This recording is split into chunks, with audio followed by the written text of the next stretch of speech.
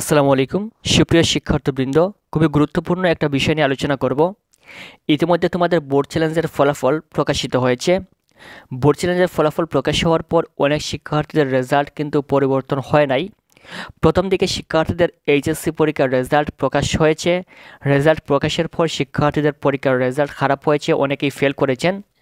অনেকের রেজাল্ট আশানুরূপ না হওয়ার কারণে শিক্ষার্থীরা এখানে বোর্ড চ্যালেঞ্জের আবেদন করেছিল। তারা ভেবেছিল হয়তোবা বোর্ড চ্যালেঞ্জের মাধ্যমে তাদের রেজাল্ট পরিবর্তন হবে, কিন্তু এই বোর্ড চ্যালেঞ্জের মাধ্যমেও যাদের রেজাল্ট পরিবর্তন হয় নাই সেই সকল শিক্ষার্থীদের এই মুহূর্তে কী করণীয় রয়েছে সেই বিষয় সম্পর্কে আলোচনা করব।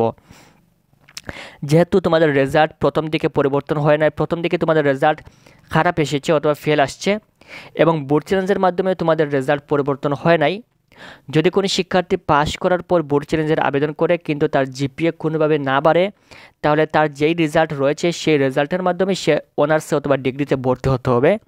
কিন্তু যদি কোনো শিক্ষার্থী ফেল করে বোর্ড চ্যালেঞ্জের আবেদন করে এবং বোর্ড চ্যালেঞ্জে তাদের ফলাফল পরিবর্তন না হয়, পূর্বের মতোই ফেল থেকে যায়, তাহলে সেই শিক্ষার্থীর এই মুহূর্তে আর কোনো কিছুই করার নেই, তাদেরকে আগামী বছর আবার পরীক্ষা দিতে হবে।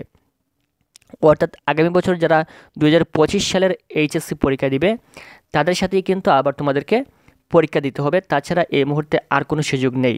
আশা করি বুঝতে পেরেছ। এই ছিল আজকের ভিডিও। পরবর্তী বোর্ড চ্যালেঞ্জ সংক্রান্ত সকল তথ্য পাওয়ার জন্য অবশ্যই চ্যানেলটি সাবস্ক্রাইব করে রাখবেন। ভিডিওটি সম্পূর্ণ দেখার জন্য অসংখ্য ধন্যবাদ।